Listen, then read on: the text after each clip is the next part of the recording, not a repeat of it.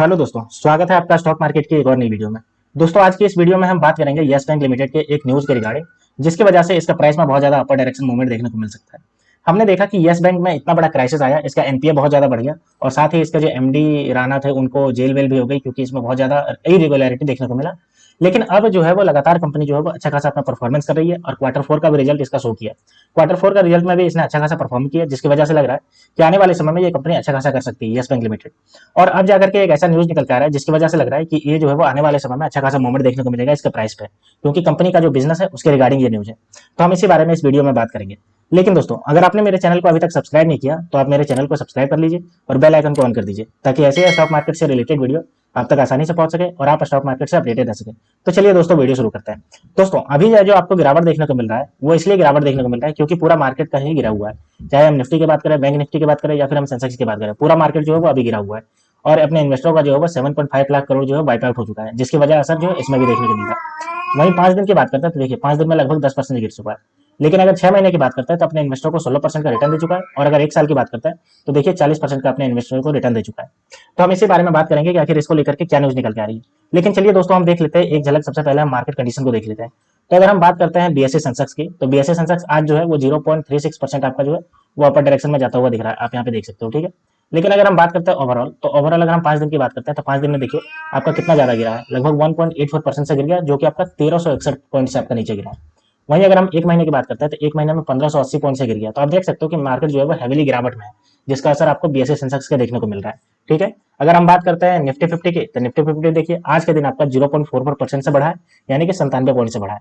लेकिन अगर 5 दिन के हम चार्ट पैटर्न की बात करते हैं तो देखिए 523 पॉइंट से ये भी गिर गया है, आप देख सकते हो 2.32% से गिरा। और इसी की वजह से मार्केट पूरा क्रैश हुआ और इसका असर आपको यस बैंक के शेयर प्राइस में भी देखने को मिल रहा है। एक महीने की बात करते हैं तो एक महीने में देखिए 464 पॉइंट से गिर चुका है, 2.06% से। वहीं अगर हम निफ्टी बैंक की बात करते हैं तो आप देख सकते हो, अगर 5 दिन की बात करते हैं तो 1765 पॉइंट से ये गिर चुका है। और अगर हम एक दिन की बात करते हैं तो देखिए 66 पॉइंट से आज भी ये गिरा है, जो कि 0.14% है। वहीं अगर हम बात करते हैं एक महीना, तो एक महीने में आप देख सकते हो 1143 पॉइंट से ये गिर चुका है। तो आप देख सकते हो कि लगातार इसमें गिरावट चल रही है, चाहे बीएसई सेंसेक्स की बात करें या फिर हम निफ्टी फिफ्टी की बात करें या फिर हम बैंक निफ्टी की बात कर लेते हैं, इन सब में लगातार गिरावट चल रही है और इसी का असर आपको यस बैंक के शेयर प्राइस में देखने को मिल रहा है। अब चलिए हम देखते हैं कि यस बैंक को लेकर के कौन सी न्यूज निकल कर आ रही है, जिसकी वजह से लग रहा है कि ये आने वाले समय में अच्छा खासा मूवमेंट देखने को मिल सकता है। तो ये देखिए, हम इसके न्यूज पे आ गए। Yes Bank and Ebanx look to enhance global commerce opportunity from the merchant across India. देखिए, यस बैंक जो है वो आपका ई बैंक के साथ ज्वाइंट वेंचर करने वाला है, और किस लिए करने वाला है? कॉमर्स अपॉर्चुनिटी को, जो कि पूरा इंडिया और ऑल ओवर द वर्ल्ड में है, उसको कैप्चर करने के लिए। हमने देखा कि भारत में जो है वो पूरी तरीके से रिवोल्यूशन आ गया है, चाहे हम पेमेंट ट्रांसफर करने की बात करें जो यूपीआई रिवोल्यूशन के साथ है, या फिर हम बात करें ऑनलाइन ट्रांसफर की, लगातार इसमें जो है वो रिवोल्यूशन है और पूरे ग्लोबल में भी ये जा रहा है यूपीआई, जिसकी वजह से ये कोलैबोरेशन कर रहे हैं ताकि यस बैंक इंडिया के साथ साथ पूरे वर्ल्ड में भी इसका मार्केट कैप्चर कर सके। इससे कोलैबोरेशन से ये होगा कि ग्लोबल मर्चेंट और इंडिया के कस्टमर को ये एक साथ जो है कैप्चर कर पाएंगे, ठीक है। अगर हम बात करते हैं तो this partnership will E banks global experience in the cross border payment alongside Yes Bank technical ability to offer global merchant seamless across the suite of the suitable payment। यानी कि अगर हम बात करते हैं तो ई बैंक्स के ग्लोबल एक्सपीरियंस के कारण एक देश से दूसरे देश में पेमेंट करने के लिए यस बैंक को कैपेबल बना पाएगा, और यस बैंक का जो टेक्निकल एबिलिटी है offer global merchant seamless across the scalable payment solution, उससे दोनों को फायदा होगा, ठीक है। तो ये देखिए, ये पूरी न्यूज निकल के आ रही है कि यस बैंक जो है वो ई बैंक के साथ करने वाला है, ठीक है। आगे अगर बात करते हैं तो आगे देख लीजिए, इसके जो अजय रंजन है, इसके कंट्री हेड और एमएनसी जो है यस बैंक के, उन्होंने कहा है, teaming up with the e-banks perfectly aligned with our vision to offer Indian customer and global merchant a broader spectrum for the digital finance service that support the rapid expanding global digital commerce business volume। देखिए, ये कह रहे हैं कि हम ई bank के साथ team up करके, यानी कि ज्वाइंट वेंचर करके, हमारे लिए बहुत ज्यादा अच्छा होगा, क्योंकि हमारा जो विजन है वो इंडियन कस्टमर और ग्लोबल मर्चेंट को दोनों को आपका सीमलेस आपका सर्विस प्रोवाइड करने का है, जो इससे बहुत ज्यादा आपका सुटेबल हो पाएगा। तो ये पूरी इसके लेकर के न्यूज निकल के आ रही है कि ई बैंक के साथ ये आपका मर्जर, ये ज्वाइंट वेंचर करने वाली है और इसके आपका करने वाली है। अब चलिए दोस्तों, हम कुछ इसके टेक्निकल पॉइंट्स को देख लेते हैं कि इसका जो टेक्निकल पॉइंट्स है वो क्या बताता है। तो अगर हम अभी ट्रेंड की बात करते हैं तो ट्रेंड इसका देखिए बेरिश ट्रेंड है, और किस लिए बेरिश ट्रेंड है? क्योंकि पूरा मार्केट आपका डाउनवर्ड डायरेक्शन में है, इसलिए इसमें भी आपका बेरिश ट्रेंड देखने को मिल रहा है। वहीं अगर पिवट लेवल की अगर बात करते हैं, रेजिस्टेंस और सपोर्ट लेवल, तो देखिए अगर हम क्लासिक की बात करते हैं तो पहला रेजिस्टेंस आपको 23 रुपया पे, दूसरा 23 रुपया 40 पैसा और तीसरा आपका 23 रुपया 65 पैसा। वहीं सपोर्ट देखिए 22 रुपया 35 पैसा, 22 रुपया 10 पैसा और 21 रुपया 70 पैसे पे। फिबोनाची की अगर बात करते हैं तो 23 रुपया 15 पैसा और 23 रुपया 40 पैसा। और सपोर्ट की बात करते हैं 22 रुपया 50 पैसा, 22 रुपया 35 पैसा और 22 रुपया 10 पैसा। तो आप देख सकते हो कि इसका जो है वो क्लासिक सपोर्ट और रेजिस्टेंस लेवल जो है वो 23 रुपया से शुरू हो रहा है, और सपोर्ट की बात करते हैं तो 22 रुपया 35 पैसे पे हो रहा है, ठीक है। अब अगर हम इसके प्राइस एंड वॉल्यूम को देखते हैं तो देखिए सबसे पहले प्राइस मूवमेंट, अगर हम एक वीक की बात करते हैं तो देखिए 9.62% से ये आपका प्राइस में आपका गिरावट हो चुका है। एक महीने में देखिए 7.77% का, और अगर 3 महीने की बात करते हैं तो 28.18% से ये गिर चुका है। ईयर टिल डेट यानी 2024 की बात करते हैं तो 5.13% से बढ़ा है। और अगर एक साल की बात करते हैं तो देखिए 41.38% का रिटर्न दिया, और 3 साल की बात करते हैं तो 72.14% का रिटर्न दिया अपने इन्वेस्टरों को। अगर हम दोस्तों बात करते हैं वॉल्यूम एनालिसिस की, तो देखिए सबसे पहले अगर हम बात करते हैं यस्टरडे यानी कि कल के वॉल्यूम एनालिसिस, तो आप देख सकते हो कल जो हैंड ट्रांसफर हुआ था वो टोटल 27 करोड़ शेयर जो थे वो खरीदे गए और बेचे गए, जिसमें से डिलीवरी की बात करते हैं तो लगभग 9 करोड़ शेयर जो डिलीवरी लिए गए, यानी कि 34.21% की डिलीवरी हुई। वहीं अगर हम एक वीक के अगर डेटा की बात करते हैं तो एक वीक में आप देख सकते हो लगभग जो है वो 47 करोड़ शेयर जो है वो हैंड ट्रांसफर हुए, जिसमें से 23 करोड़ जो थे डिलीवरी थे, यानी कि 48.22%। अब देख सकते हो एक सप्ताह में 48.22% की डिलीवरी ली जा रही है, तो जाहिर सी बात है इन्वेस्टर इसमें इन्वेस्ट करके रख रहे हैं। और अगर हम एक महीने की बात करते हैं तो एक महीने में देखिए 33 करोड़ इसका जो है वो हैंड ट्रांसफर हुआ, जिसमें से 12 करोड़ डिलीवरी ली गई, जो कि 35% है।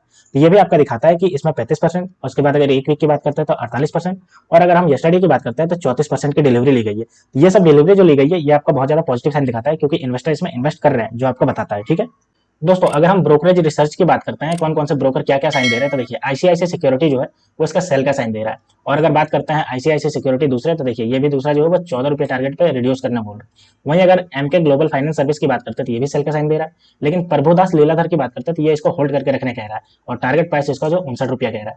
वहीं अगर हम बात करते हैं प्रभुदास लीलाधर के दूसरा टारगेट प्राइस, तो देखिए 101 रुपया।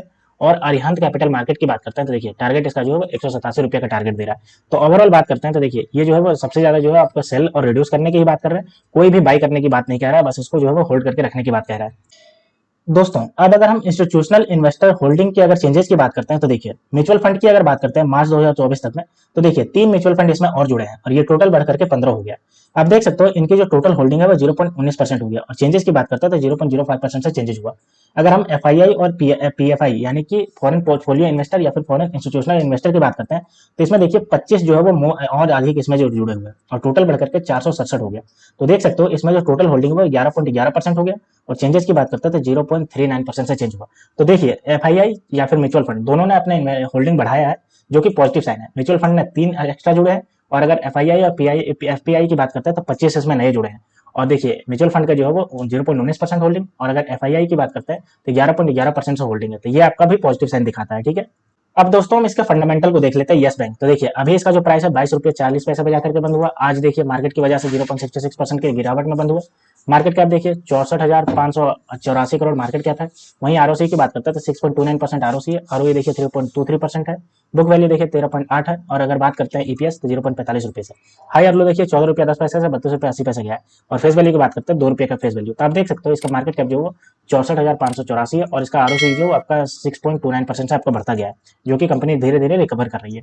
एक साल के चार्ट पैटर्न देखिए 11 मई 2023 को 16 रुपये 10 पैसे, और अभी बात करते हैं तो 22 रुपये 50 पैसे। मैक्सिमम देखिए मैक्सिमम गया है 30 रुपये के आसपास 8 फरवरी 2024 को। ठीक है, अब दोस्तों अगर हम बात करते हैं इसके प्रॉफिट एंड लॉस स्टेटमेंट, तो देखिए प्रॉफिट एंड लॉस स्टेटमेंट हमारे पास आ गया। रेवेन्यू की बात करते हैं तो रेवेन्यू आप देख सकते हो रेवेन्यू इसका जो है वो बढ़ता ही जा रहा है। आप देख लीजिए रेवेन्यू अगर बात करते हैं मार्च 2023 में तो 22,702 करोड़, मार्च 2024 में 27,606 करोड़। ठीक है, बात करते हैं नेट प्रॉफिट, तो नेट प्रॉफिट देखिए कंपनी आपकी लॉसेस में चली गई थी, क्योंकि इसमें बहुत ज्यादा दिक्कत देखने को मिला था। लेकिन अभी देखिए मार्च 2023 में 736 करोड़, और मार्च 2024 में 1,285 करोड़ पहुंच गया। ठीक है, तो आप देख सकते हो ये भी पॉजिटिव है। अब दोस्तों अगर हम बात करते हैं ग्रोथ परसेंटेज, तो देखिए ग्रोथ परसेंटेज इसका सेल्स ग्रोथ की बात करते हैं तो 22% का भी सेल्स ग्रोथ चल रहा है। और अगर बात करते हैं प्रॉफिट ग्रोथ, तो देखिए 76% से प्रॉफिट ग्रोथ, और अगर हम सीएजीआर की बात करते हैं तो 40% से इसका सीएजीआर भी चल रहा है। और अगर रिटर्न ऑन इक्विटी की बात करते हैं तो 3% से इसका रिटर्न ऑन इक्विटी चल रहा है। अगर हम बात करते हैं इसके शेयर होल्डिंग पैटर्न की, तो देखिए हमारे पास शेयर होल्डिंग पैटर्न का डेटा आ गया। सबसे पहले हम बात करते हैं एफआईआई, तो एफआईआई देखिए आपका जो है वो 25.41% का स्टेक है। और अगर हम डीआईआई की बात करते हैं तो डीआई देखिए 39.71% का स्टेक है। तो आप देख सकते हो दोनों को अगर मिला देते हैं तो लगभग जो है वो आपका लगभग 65% का स्टेक हो जाता है इन्हीं के पास, जो बहुत ज्यादा स्ट्रॉन्ग साइन है। गवर्नमेंट की बात करते हैं तो गवर्नमेंट के पास देखिए 0.01% का स्टेक है। और अगर हम बात करते हैं पब्लिक के पास, तो पब्लिक के पास 34.87% का स्टेक है। तो दोस्तों ये थे पूरी न्यूज यस बैंक के रिगार्डिंग, केस में जो है वो बैंक जो है एक और बैंक जो है वो उसमें जॉइंट मर्जर करने वाली है, और उसके बाद जो है इसका बिजनेस ग्लोबली बढ़ने वाला है। तो दोस्तों ऐसे स्टॉक मार्केट से रिलेटेड वीडियो देखने के लिए आप मेरे चैनल को सब्सक्राइब कर लीजिए। तो मिलते हैं दोस्तों नेक्स्ट वीडियो में, तब तक के लिए स्टे ट्यून्ड। Thank you.